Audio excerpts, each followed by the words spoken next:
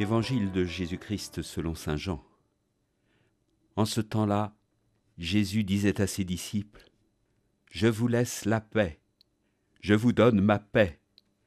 Ce n'est pas à la manière du monde que je vous la donne. Que votre cœur ne soit pas bouleversé ni effrayé. Vous avez entendu ce que je vous ai dit. Je m'en vais et je reviens vers vous. Si vous m'aimiez, vous seriez dans la joie, puisque je pars vers le Père. Car le Père est plus grand que moi. Je vous ai dit ces choses maintenant, avant qu'elles n'arrivent. Ainsi, lorsqu'elles arriveront, vous croirez.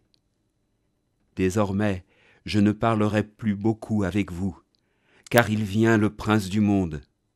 Certes, sur moi il n'a aucune prise, mais il faut que le monde sache que j'aime le Père et que je fais comme le Père me l'a commandé. » Ces 5 derniers versets marquent la fin du premier discours. Tout le langage, toutes les phrases de Jésus laissent pressentir la perspective imminente d'un grand bouleversement dans sa vie, dans celle de ceux qui l'accompagnent au long du quotidien. Il y a urgence pour le Christ à transmettre encore et encore ce qui lui tient tant à cœur. Désormais, je ne parlerai plus beaucoup avec vous, car il vient le Prince du monde. Jésus sort du langage de révélation très mystérieux, et il adopte un ton vraiment affectif, attentionné vis-à-vis de ses disciples. « Je vous laisse la paix, je vous donne ma paix, que votre cœur ne soit pas bouleversé ni effrayé. » Et c'est tout le paradoxe de cette situation dramatique.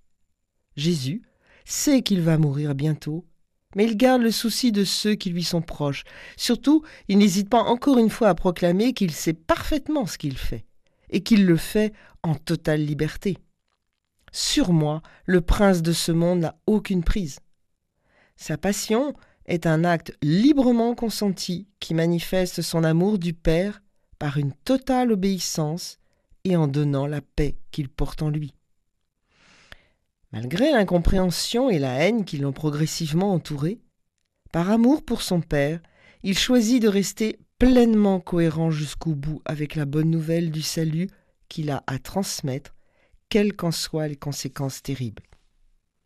Et c'est sur les disciples qu'il compte pour prendre le relais une fois qu'il sera parti. Ceux-ci ont manifestement encore du mal à comprendre tout ce qui se dit, tout ce qui est en jeu en ces temps d'urgence. Mais Jésus, qui fait confiance à leur clairvoyance future et à leur fidélité, prépare soigneusement leur foi post-pascale.